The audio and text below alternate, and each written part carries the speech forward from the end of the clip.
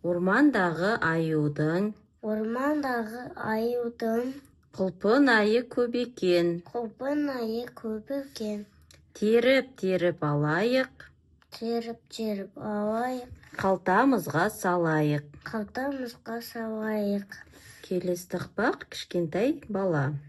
Мен кішкентай баламын. Кітап оқи аламын. Дәптер, қалам, сызғышты сөмкеме өзім саламын.